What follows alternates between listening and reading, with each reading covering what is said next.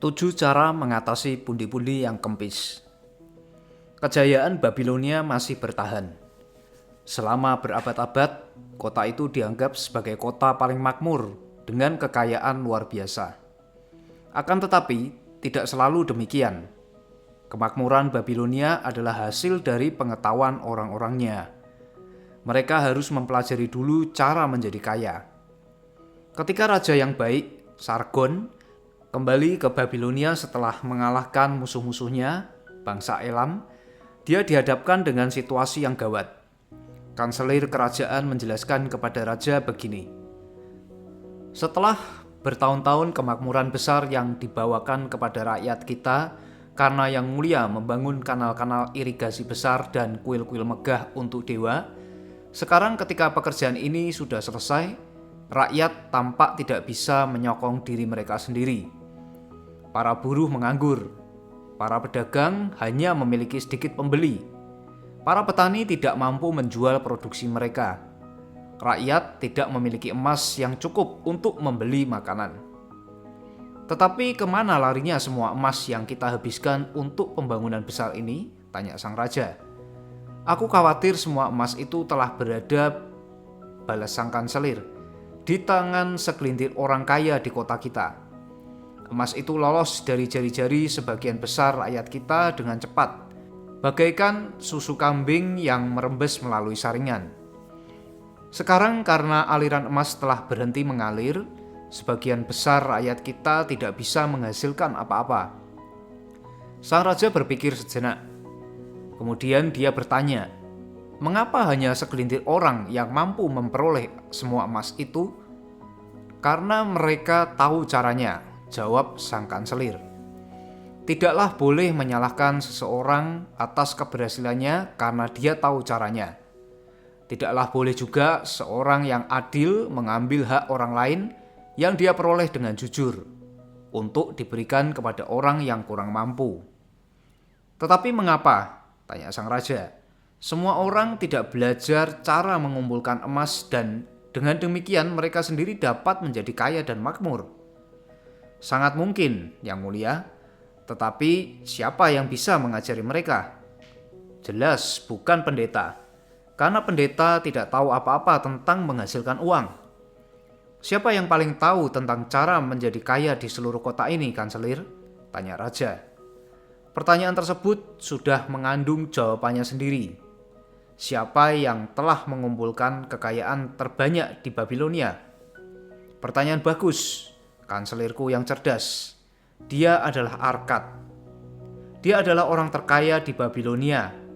Bawa dia ke hadapanku besok.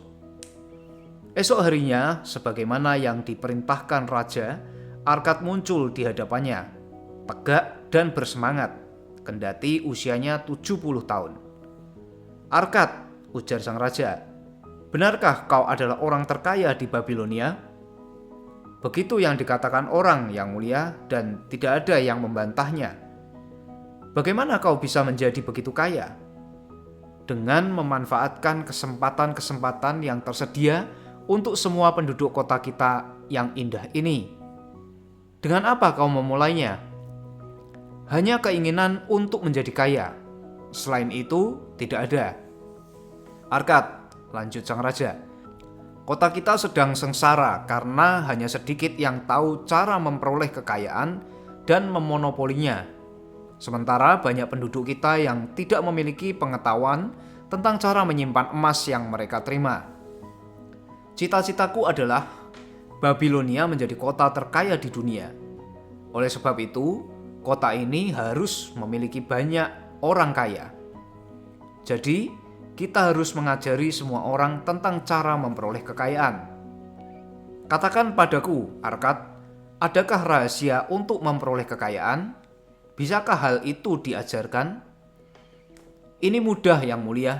Sesuatu yang diketahui seseorang bisa diajarkan kepada orang lain. Mata sang raja berbinar-binar. Arkad, kau mengucapkan kata-kata yang ingin kudengar. Maukah kau membantu mewujudkan tujuan besar ini? Maukah kau mengajari pengetahuanmu ke sekolah untuk para guru yang masing-masing akan mengajari yang lainnya hingga ada cukup orang terlatih untuk mengajarkan ilmu ini kepada setiap penduduk di kerajaanku?" Arkad membungkuk dan berkata, "Hamba siap menjalankan perintah.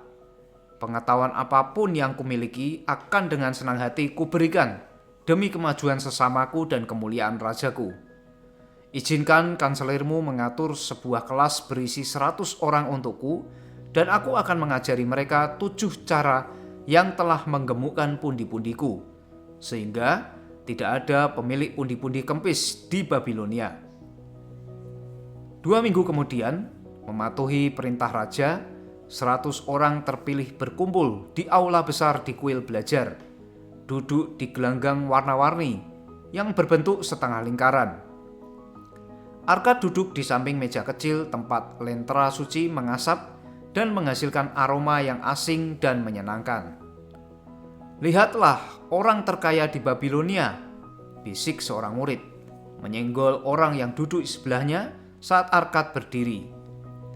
"Dia hanya manusia biasa sama seperti kita semua." Sebagai hamba yang setia kepada raja, Arkad memulai, "Aku berdiri di hadapan kalian untuk mengabdi kepadanya. Karena dulu aku adalah anak muda miskin yang sangat mendambakan emas, dan karena aku mendapatkan pengetahuan yang memudahkan memperolehnya, raja memintaku membagikan pengetahuanku kepada kalian. Aku memulai keberuntunganku dengan cara yang paling sederhana. Aku tidak memiliki kelebihan yang tidak dinikmati sepenuhnya oleh kalian dan setiap penduduk Babilonia. Gudang harta pertamaku adalah sebuah pundi lecek. Aku membenci kekosongannya yang tak berguna. Aku mendambakannya menjadi bulat dan penuh, bergemerincing dengan bunyi emas. Oleh sebab itu, aku mencari setiap cara untuk mengatasi pundi-pundi yang kempis. Aku menemukan 7. Kepada kalian yang sedang berkumpul hari ini, akan kujelaskan 7 cara untuk mengatasi pundi-pundi yang kempis. 7 cara ini aku rekomendasikan kepada semua orang yang mendambakan banyak emas. Setiap hari selama 7 hari, aku akan menjelaskan kepada kalian salah satu dari ketujuh cara ini. Dengarkan dengan seksama ilmu yang hendak kubagikan. Debatkan bersamaku, diskusikan bersama sesama kalian. Pelajari ilmu ini secara menyeluruh, sehingga kalian juga bisa menanam biji kekayaan di dalam pundi-pundi kalian sendiri. Pertama, masing-masing dari kalian harus memulai membangun kekayaan kalian sendiri dengan bijak. Dengan demikian, kalian akan mampu mengajarkan ilmu ini kepada yang lain. Aku akan mengajari kalian cara-cara sederhana menggemukkan pundi-pundi kalian. Ini adalah langkah pertama menuju kuil kekayaan, dan tidak ada orang yang bisa memanjat jika tidak mampu memantapkan pijakan pertamanya. Sekarang kita akan membahas cara pertama.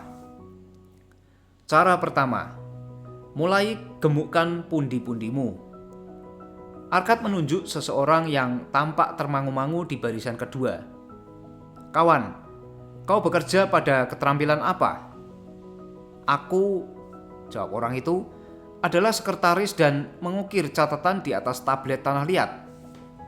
Bahkan pada pekerjaan itu, aku sendiri mendapatkan tembaga pertamaku. Oleh sebab itu, kau memiliki kesempatan yang sama untuk memupuk kekayaan." Arkad berbicara kepada pria berwajah kemerahan jauh di belakang. "Tolong beritahu kami apa yang kau lakukan untuk mencari makan." "Aku," balas pria ini, "adalah penjual daging. Aku membeli kambing dari peternak, membesarkan dan menyembelihnya, lalu menjual dagingnya kepada para ibu rumah tangga dan kulitnya kepada pembuat sandal. Karena kau bekerja dan menghasilkan, kau memiliki kesempatan meraih kesuksesan seperti yang kuraih." Demikianlah Arkad melanjutkan untuk mencari tahu bagaimana setiap orang bekerja untuk mencukupi kehidupannya. Setelah selesai bertanya, dia berkata, "Sekarang, murid-muridku, kalian bisa melihat bahwa ada banyak keterampilan dan pekerjaan yang dilakukan manusia untuk menghasilkan uang. Masing-masing cara memperoleh penghasilan ini adalah upaya untuk membelokkan sebagian dari aliran emas menuju ke pundi-pundi sendiri melalui jerih payahnya.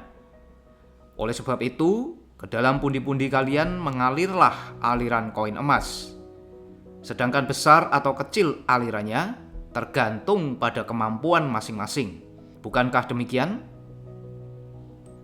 Mereka setuju bahwa memang demikian. Kalau begitu, lanjut Arkad, apabila masing-masing kalian mendambakan kekayaan untuk dirinya sendiri, bukankah bijaksana untuk memulai dengan memanfaatkan sumber kekayaan yang sudah dia bangun? Mereka setuju. Kemudian Arkad menoleh kepada seorang pria sederhana yang sebelumnya menyatakan bahwa dirinya adalah pedagang telur. Jika kau memilih sebuah keranjang dan meletakkan ke dalamnya 10 butir telur setiap pagi, lalu mengambil 9 butir telur dari keranjang itu setiap malam, apa yang akhirnya akan terjadi? Telurnya akan meluap. Mengapa? Karena setiap hari jumlah telur yang kumasukkan lebih banyak 1 butir dari yang kuambil. Arkad menoleh ke semua hadirin dengan senyuman. Apakah di sini ada yang pundi-pundinya kempis? Pertama, mereka tampak terhibur. Lalu mereka tertawa. Akhirnya mereka melambaikan pundi-pundi mereka sambil tertawa. Baiklah, lanjut Arkad. Sekarang aku akan memberitahu kalian cara pertama yang kupelajari untuk mengatasi pundi-pundi yang kempis. Lakukan persis seperti yang kukatakan kepada penjual telur. Untuk setiap 10 koin yang kalian masukkan ke dalam pundi-pundi kalian, ambillah hanya 9 koin untuk digunakan. Pundi-pundi kalian akan langsung gemuk dan beratnya yang meningkat akan terasa nyaman digenggam serta memberikan kepuasan batin. Jangan tertawakan apa yang kukatakan, karena terkesan sederhana. Sudah kukatakan bahwa aku akan memberitahu cara membangun kekayaanku. Ini adalah permulaan. Aku juga dulu membawa pundi-pundi yang kempis dan mengutuknya karena kekosongannya tidak memenuhi keinginanku. Tetapi ketika aku mulai mengambil 9 dari 10 koin yang dimasukkan, pundi-pundiku mulai menggemuk. Begitu pula dengan pundi-pundi kalian. Sekarang aku akan memberitahu kebenaran yang aneh, yang aku tidak tahu penyebabnya. Ketika pengeluaranku hanya 9 koin, sedangkan penghasilanku 10 koin, aku tetap bisa bertahan hidup. Hidupku juga tidak lebih kekurangan dari sebelumnya. Juga, tak lama setelahnya, aku jadi lebih mudah mendapatkan koin daripada sebelumnya. Tentu saja itu adalah hukum dewa, bahwa barang siapa yang menyimpan sebagian dan tidak menghabiskan semua penghasilannya, maka emas akan datang dengan lebih mudah. Demikian pula barang siapa yang pundi-pundinya kosong, maka emas segan menghampiri. Apa keinginan terbesar kalian? Apakah pemenuhan keinginan setiap hari, permata, sedikit perhiasan, pakaian yang lebih indah, makanan yang lebih banyak, hal-hal yang cepat hilang dan terlupakan? Atau apakah kepemilikan bernilai besar, emas, tanah, ternak, barang dagangan, investasi yang menghasilkan pemasukan? Koin-koin yang kalian ambil dari pundi-pundi kalian menghadirkan hal-hal yang pertama. Koin-koin yang kalian simpan di dalamnya menghadirkan hal-hal yang kedua. Murid-muridku, inilah cara pertama yang kutemukan untuk mengatasi pundi-pundi yang kempis. Untuk setiap 10 koin yang kumasukkan, gunakan hanya 9. Debatkan ini dengan sesama kalian. Jika ada yang membuktikan bahwa cara ini tidak benar, beritahu aku besok dan kita akan berjumpa lagi. Cara kedua, kontrol pengeluaranmu. Sebagian dari kalian, murid-muridku, menanyakanku hal ini. Bagaimana bisa seseorang menyimpan 1/10 dari seluruh penghasilannya di pundi-pundinya, sedangkan semua koin yang diperolehnya tidak cukup untuk memenuhi kebutuhan? Arkad berbicara di depan murid-muridnya di hari kedua. Kemarin berapa banyak dari kalian yang membawa pundi-pundi yang kempis? Kami semua, jawab murid-muridnya. Akan tetapi, penghasilan kalian semua tidak sama. Sebagian menghasilkan lebih banyak dari yang lain. Sebagian memiliki keluarga yang lebih besar untuk dinafkahi. Namun, semua pundi-pundi sama kempisnya. Sekarang, aku akan memberitahu kalian hakikat yang luar biasa tentang manusia dan anak-anak manusia. Begini, bahwa yang kita semua sebut kebutuhan akan selalu tumbuh menyesuaikan pemasukan kita, kecuali kita memprotes sebaliknya. Jangan keliru antara kebutuhan dan keinginan kalian. Masing-masing dari kalian, bersama keluarga kalian, memiliki keinginan lebih banyak dari yang bisa dipenuhi oleh penghasilan kalian. Oleh sebab itu, penghasilanmu akan dihabiskan untuk memuaskan keinginanmu sepuas-puasnya. Namun, tetap saja kalian masih memendam banyak keinginan yang belum terpuaskan. Semua orang dibebani keinginan yang lebih banyak dari yang dapat mereka puaskan. Karena kekayaanku, apakah menurut kalian aku akan dapat memuaskan setiap keinginanku? Ini gagasan yang salah. Waktuku terbatas, kekuatanku terbatas, jarak yang bisa kutempuh terbatas, apa yang bisa kumakan terbatas. Jadi tetap ada batasan-batasan pada keinginan yang bisa kunikmati. Aku mengatakan kepada kalian bahwa layaknya rumput liar yang tumbuh di ladang saat petani memberikan tempat untuk akarnya, begitu juga keinginan yang tumbuh dengan bebasnya di dalam diri manusia ketika ada kesempatan untuk memuaskannya. Keinginan kalian berjumlah banyak, sedangkan yang bisa kalian penuhi hanya sedikit. Pelajari dengan bijaksana kebiasaan hidup kalian. Di sini mungkin paling sering ditemukan pengeluaran-pengeluaran umum tertentu yang bisa dengan bijak dikurangi atau dihilangkan. Biarkan keyakinanmu menjadi 100% dari nilai yang diminta untuk setiap koin yang dihabiskan. Oleh sebab itu, ukirlah di tablet tanah liat setiap hal yang kau ingin beli. Pilih yang dibutuhkan serta yang mungkin dibeli melalui pengeluaran 9/10 dari pemasukanmu. Coret sisanya dan anggap itu adalah sebagian dari sekian banyak keinginan yang tidak perlu dipenuhi dan jangan sesali. Lalu anggarkan pengeluaran kebutuhanmu. Jangan sentuh 1/10 yang sedang menggemukkan pundi-pundimu. Biarkan ini menjadi keinginan besarmu yang dipenuhi. Terus gunakan anggaran itu. Terus sesuaikan untuk membantumu. Jadikan anggaran ini asisten pertamamu yang melindungi pundi-pundimu yang menggemuk. Kemudian salah satu murid yang mengenakan jubah berwarna merah dan emas berdiri dan berkata, "Aku adalah manusia bebas. Aku percaya bahwa aku berhak menikmati hal-hal menyenangkan dalam hidup. Oleh sebab itu, aku menentang perbudakan anggaran yang menetapkan berapa yang boleh kuhabiskan dan untuk apa aku menghabiskannya. Aku merasa ini akan merampas kesenangan hidupku dan menjadikanku tidak lebih dari seekor keledai pengangkut beban." Arkad menjawab, "Siapakah kawan yang menetapkan anggaranmu?" "Aku akan menetapkannya sendiri," balas orang yang protes itu. "Kalau begitu, apakah seekor keledai yang mengatur muatannya akan menyertakan perhiasan, permadani, dan batangan emas yang berat? Tidak demikian.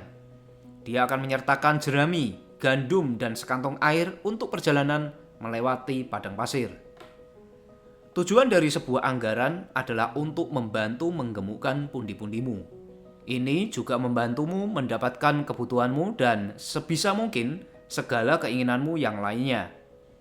Ini memungkinkanmu merealisasi keinginanmu yang paling kau harapkan dengan melindunginya dari keinginan sementara. Layaknya cahaya terang di dalam gua yang gelap, anggaranmu memperlihatkan kebocoran dari pundi-pundimu dan membantumu menghentikan, mengontrol pengeluaranmu untuk memenuhi tujuan-tujuan yang lebih utama dan memuaskan. Dengan demikian, ini adalah cara kedua untuk mengatasi pundi-pundi yang kurus.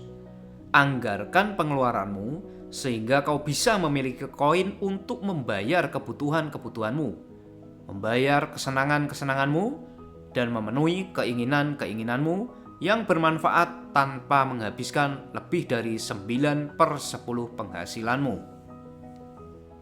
Cara ketiga, lipat gandakan emasmu. Lihatlah pundi-pundimu menggemuk. Kau telah mendisiplin diri untuk menyisihkan 1/10 dari seluruh penghasilanmu. Kau telah mengontrol pengeluaranmu untuk melindungi hartamu yang sedang tumbuh. Selanjutnya, kita akan membahas cara untuk memanfaatkan hartamu dan memperbanyaknya. Emas di dalam pundi-pundi memang tampak menyenangkan dan memuaskan jiwa yang kikir, tetapi tidak menghasilkan apa-apa. Emas yang kita simpan dari penghasilan kita hanyalah permulaan. Penghasilan yang dapat diberikan emas itu akan membangun kekayaan kita. Begitulah yang Arkad katakan di kelas di hari ketiga. Dengan demikian, bagaimana kita bisa membuat emas kita bekerja? Investasi pertamaku menyedihkan, karena aku kehilangan semuanya. Aku akan ceritakan ini nanti. Investasi menguntungkan pertamaku adalah sebuah pinjaman dari seorang bernama Agar, pembuat perisai. Setiap 1 tahun sekali, dia membeli sekapal besar perunggu yang berasal dari seberang laut untuk digunakan dalam perdagangannya. Kekurangan modal untuk membayar penjual perunggu, dia meminjam dari orang-orang yang memiliki koin lebih. Dia adalah orang terhormat. Dia akan membayar pinjamannya bersama dengan bunganya ketika dia menjual perisainya. Setiap kali aku memberinya pinjaman, aku juga meminjamkan kembali bunga yang dia bayar kepadaku. Dengan demikian, tidak hanya modalku meningkat, tetapi penghasilanku juga meningkat. Yang paling menyenangkan adalah jumlah ini kembali ke pundi-pundiku. Ku beritahu murid-muridku, kekayaan seseorang tidak berada pada koin yang dia bawa di dalam pundi-pundinya, tetapi pemasukan yang dia bangun. Aliran emas yang terus-menerus mengalir ke dalam pundi-pundinya dan selalu membuatnya gembung. Itulah yang setiap orang dambakan. Itulah yang kalian, masing-masing dari kalian dambakan.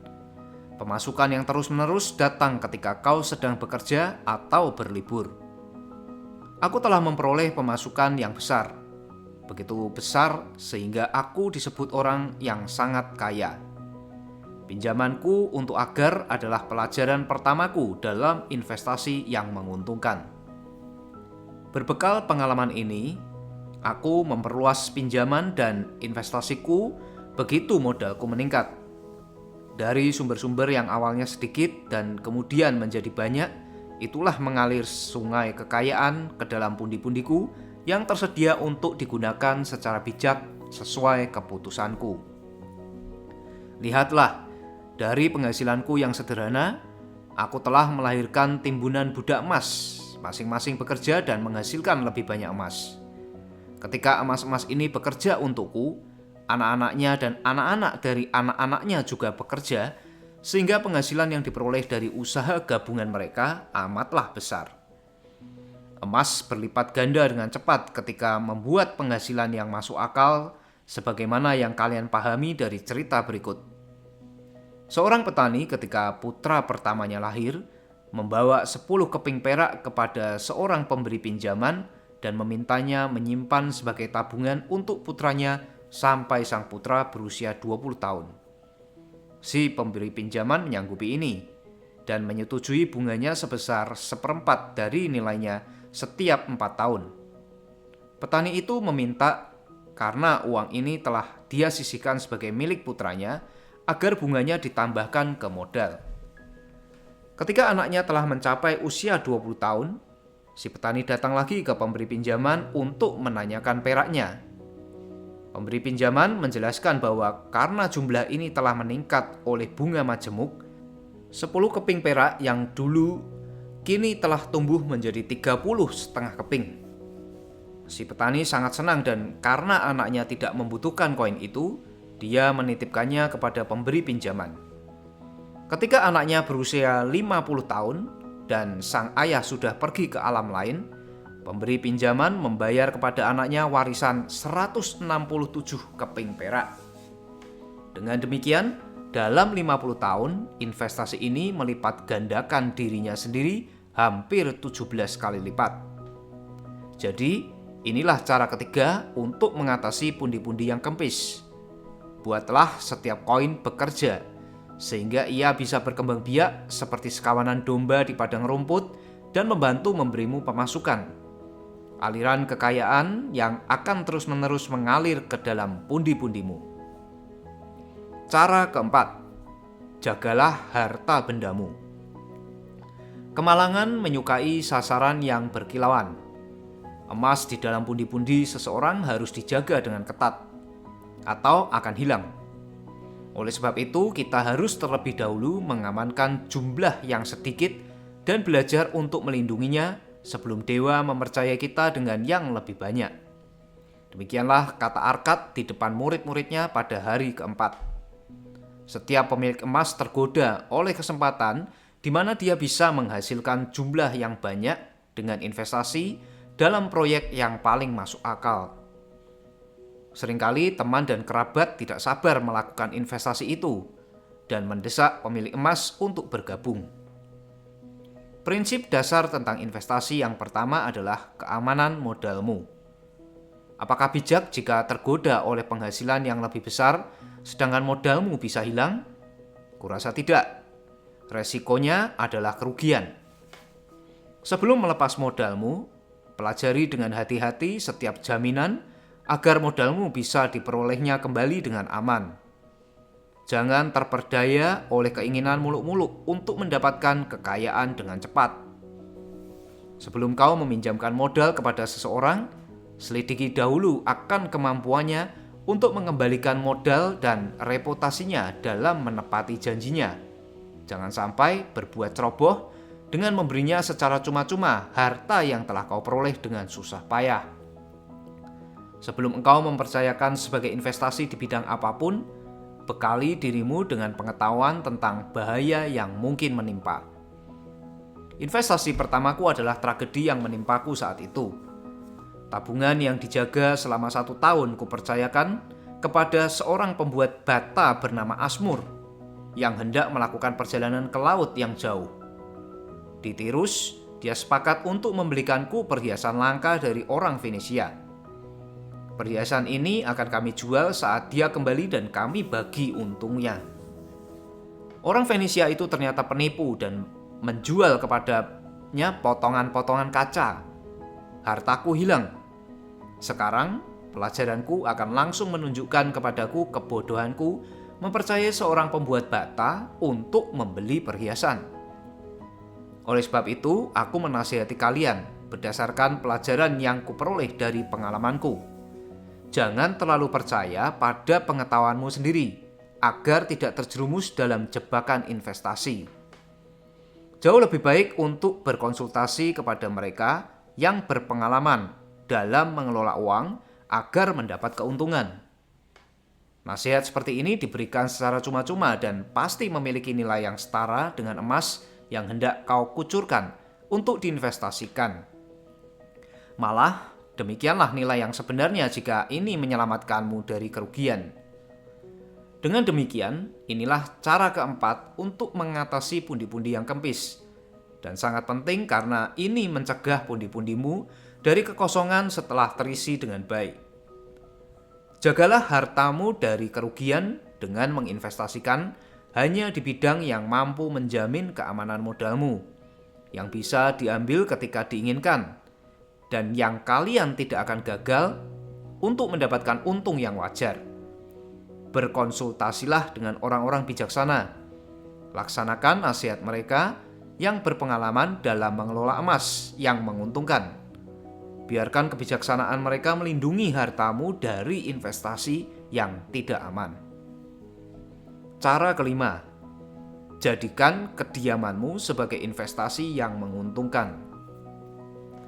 Jika seseorang menyisihkan 9 bagian dari seluruh penghasilannya untuk biaya hidup dan menikmati hidup, dan jika ada bagian dari ke-9 bagian ini yang bisa dia jadikan investasi yang menguntungkan tanpa merugikan kesejahteraannya, maka akan lebih cepat hartanya tumbuh. Begitulah yang Arkad katakan di kelasnya di pelajaran kelima. Terlalu banyak orang Babilonia yang membesarkan keluarga mereka di tempat tinggal yang tidak layak. Mereka membayar kepada pemilik tanah sewa untuk tempat tinggal yang tidak memiliki ruang bagi istri mereka menanam bunga yang menyenangkan hati wanita, dan anak-anak mereka tidak memiliki tempat untuk bermain selain di gang-gang kumuh. Tidak ada keluarga yang bisa sepenuhnya menikmati hidup, kecuali mereka memiliki sepetak tanah di mana anak-anaknya bisa bermain di tempat yang bersih, dan tempat istrinya bisa menanam bunga, bukan hanya bunga melainkan juga buah-buahan untuk memberi makan keluarganya. Bagi seorang manusia, ada kesenangan tersendiri saat memakan buah ara dari pohonnya sendiri dan anggur dari kebun anggurnya sendiri. Memiliki tempat tinggal sendiri yang dia rawat dan dia banggakan akan menambah kepercayaan dirinya dan meningkatkan semangatnya dalam bekerja. Oleh sebab itu, aku menganjurkan setiap orang memiliki atap sendiri yang menaunginya dan keluarganya. Memiliki rumah sendiri juga tidak berada di luar kemampuan manusia yang berniat baik. Bukankah raja kita telah membentangkan dinding-dinding Babilonia yang di dalamnya banyak tanah yang tidak digunakan dan bisa dibeli dengan harga yang terjangkau? Juga aku katakan pada kalian, murid-muridku, bahwa pada pemberi pinjaman dengan senang hati memikirkan keinginan orang-orang yang mencari rumah dan tanah untuk keluarganya. Silahkan meminjam untuk membayar pembuat bata dan tukang bangunan demi tujuan terpuji itu.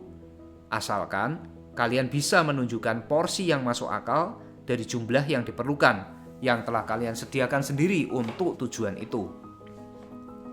Lalu ketika rumahnya sudah dibangun, kalian bisa membayar pemberi pinjaman dengan ketetapan yang sama seperti kalian membayar pemilik tanah. Karena setiap pembayaran akan mengurangi utang kalian ke pemberi pinjaman. Utang ini akan lunas dalam beberapa tahun. Lalu hati kalian akan senang karena kalian memiliki hak atas properti yang bernilai dan biaya satu-satunya yang harus kalian keluarkan adalah membayar pajak raja. Juga istri kalian yang baik akan lebih sering pergi ke sungai untuk mencuci jubah kalian, dan setiap kembali dia mungkin membawa sekarung air untuk menyirami tanaman. Dengan demikian, banyak nikmat yang datang kepada orang yang memiliki rumah sendiri, dan ini akan banyak mengurangi biaya hidup, menjadikan lebih banyak lagi penghasilannya yang tersedia untuk kesenangan dan pemenuhan segala keinginan. Maka inilah cara kelima untuk mengatasi pundi-pundi yang kempis. Miliki rumahmu sendiri. Cara keenam, jamin pendapatan di masa depan. Kehidupan setiap manusia berlangsung dari masa kanak-kanak sampai usia tua. Ini merupakan jalan hidup dan tidak ada yang bisa menghindar darinya kecuali dewa memanggilnya lebih awal ke alam lain. Oleh sebab itu, aku mengatakan bahwa manusia bertanggung jawab untuk mempersiapkan pendapatan yang berkecukupan di hari-hari yang akan datang, ketika ia tidak muda lagi, dan membuat persiapan untuk keluarganya seandainya dia tidak bersama mereka lagi untuk memberi kenyamanan dan dukungan bagi mereka. Pelajaran ini akan memberitahu kalian bagaimana menyediakan pundi-pundi yang penuh ketika usia telah menjadikan kalian tidak mampu belajar lagi. Begitulah bahasan Arkad di kelasnya di hari ke-6. Orang yang karena memahami hukum kekayaan memperoleh kelebihan pendapatan yang terus tumbuh, hendaknya memikirkan hari-hari yang akan datang itu. Dia harus merencanakan investasi atau perbekalan tertentu yang bisa bertahan dengan aman selama bertahun-tahun, tetapi bisa tersedia ketika tiba waktu yang telah ia antisipasi dengan bijak. Ada beragam cara yang digunakan manusia untuk menjamin masa depannya. Dia bisa membuat tempat persembunyian dan mengubur harta rahasianya di dalamnya. Tetapi seterampil apapun dia menyembunyikan hartanya, tetap saja bisa dirampas oleh pencuri. Untuk itulah aku tidak menganjurkan cara ini. Manusia dapat membeli rumah atau tanah untuk menjamin masa depannya. Jika dipilih dengan bijak mengenai kegunaan dan nilainya di masa depan, maka nilai rumah dan tanah ini akan tetap dan penghasilan atau penjualannya akan memenuhi tujuan ini dengan baik. Seseorang bisa meminjamkan sejumlah kecil uangnya kepada pemberi pinjaman dan meningkatkannya secara berkala. Bunga yang ditambahkan oleh pemberi pinjaman ini akan menambah peningkatannya. Aku mengenal seorang pembuat sandal bernama Ansan yang menjelaskan kepadaku beberapa waktu lalu bahwa setiap minggu selama 8 tahun dia menyetorkan 2 keping perak kepada pemberi pinjaman. Si pemberi pinjaman baru saja memberinya sebuah laporan keuangan yang disambut Ansan dengan sukacita. Jumlah keseluruhan dari setoran kecil dengan bunga yang disesuaikan sejumlah 1/4 dari nilainya selama setiap 4 tahun kini menjadi 1040 keping perak. Aku dengan senang hati menyemangatinya dengan menunjukkan kepadanya ilmu yang kumiliki tentang hitungan-hitungan bahwa dalam 12 tahun ke depan, apabila dia menyetor 2 keping perak tiap minggu, pemberi pinjaman akan berutang kepadanya 4.000 keping perak, pendapatan yang layak untuk seluruh hidupnya. Tentu saja ketika pembayaran kecil semacam itu dilakukan dengan rutin, ia memberikan hasil yang menguntungkan. Tidak ada orang yang tidak mampu untuk mengasuransikan harta bagi masa tuanya dan perlindungan keluarganya, semakmur apapun bisnis dan investasinya. Aku akan mengatakan lebih lanjut lagi tentang ini. Menurut hematku, aku percaya bahwa suatu hari nanti orang yang berpikiran bijak akan merancang sebuah rencana untuk mengasuransikan kematiannya dengan cara membayar jumlah yang sedikit secara rutin dan jumlah keseluruhannya akan menjadi cukup besar bagi setiap anggota keluarga yang sudah meninggal. Aku melihat ini sebagai sesuatu yang diperlukan dan sangat kuanjurkan. Tetapi saat ini hal tersebut tidak mungkin karena melampaui jangkauan kita atau kemitraan apapun. Itu harus sestabil tahta raja. Namun kelak aku yakin kalau rencana tersebut akan terwujud dan menjadi anugerah yang besar bagi banyak orang, karena bahkan dengan pembayaran pertama yang berjumlah kecil pun akan menyediakan rezeki nomplok bagi anggota keluarga jika nanti dia tiada. Tetapi karena kita hidup di hari ini dan bukan di hari-hari yang akan datang, kita harus mampu memanfaatkan sarana dan cara-cara yang tersedia dalam meraih tujuan kita itu. Oleh sebab itu, aku merekomendasikan kepada semua orang agar mereka dengan cara-cara bijaksana dan dipikirkan dengan matang, bersiap-siap melawan pundi-pundi yang kempis di tahun-tahun yang akan datang. Karena pundi-pundi yang kempis bagi seseorang yang tidak mampu menghasilkan lagi atau bagi keluarga yang sudah kehilangan kepala keluarga adalah tragedi yang menyedihkan. Dengan demikian, inilah cara keenam untuk mengatasi pundi-pundi yang kurus. Siapkan sejak jauh-jauh hari kebutuhan masa tuamu dan perlindungan untuk keluargamu. Cara ketujuh, tingkatkan kemampuanmu untuk meningkatkan penghasilanmu. Hari ini aku berbicara di hadapan kalian, murid-muridku, tentang salah satu cara yang paling penting untuk mengatasi pundi-pundi yang kempis. Namun aku tidak akan berbicara tentang emas, tetapi diri kalian sendiri, tentang manusia dengan jubah beragam warna yang duduk di hadapanku. Aku akan berbicara kepada kalian tentang hal-hal di dalam pikiran dan kehidupan manusia yang mendukung atau menghambat kesuksesan mereka. Begitulah pembahasan Arkad di kelasnya di hari ke-7. Beberapa waktu lalu, datang kepadaku seorang anak muda yang tengah mencari pinjaman. Ketika aku tanya apa alasannya mencari pinjaman, dia mengeluh bahwa penghasilannya tidak cukup untuk memenuhi biaya hidupnya. Lalu aku menjelaskan kepadanya, kalau demikian kasusnya, maka dia adalah pelanggan yang kurang menjanjikan bagi seseorang pemberi pinjaman, karena dia tidak memiliki penghasilan lebih untuk membayar pinjaman. Yang kau butuhkan, anak muda, kataku kepadanya, adalah menghasilkan koin lebih banyak. Apa yang kau lakukan untuk meningkatkan penghasilanmu? Yang bisa kulakukan, jawabnya, 6 kali dalam 2 bulan purnama, aku menghampiri majikanku untuk meminta kenaikan upah. Tetapi tidak berhasil. Tidak ada yang meminta lebih sering dari itu. Kita mungkin menertawakan kebodohannya. Tetapi dia memiliki salah satu syarat utama untuk meningkatkan penghasilannya. Di dalam dirinya ada keinginan kuat untuk menghasilkan lebih banyak keinginan yang layak dan terpuji. Sebelum pencapaian, pasti ada keinginan. Keinginanmu harus kuat dan jelas. Keinginan umum adalah keinginan yang lemah. Bagi seorang laki-laki, keinginan menjadi kaya itu nyaris tak ada gunanya. Bagi seorang laki-laki, menginginkan 5 keping emas adalah keinginan nyata yang dengan gigih dapat dia wujudkan. Setelah dia menyokong keinginannya itu dengan tujuan yang jelas, selanjutnya dia akan menemukan cara serupa untuk memperoleh 10 keping emas, lalu 20 keping emas, dan kemudian 1000 keping. Dan lihatlah, dia telah menjadi kaya.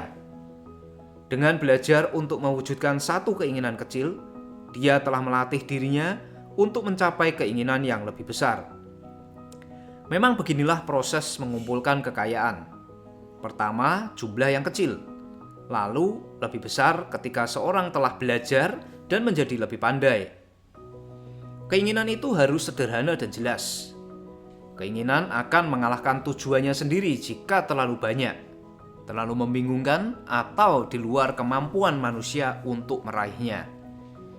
Saat seseorang meningkatkan keahliannya dalam pekerjaannya, kemampuannya untuk menghasilkan pun turut meningkat.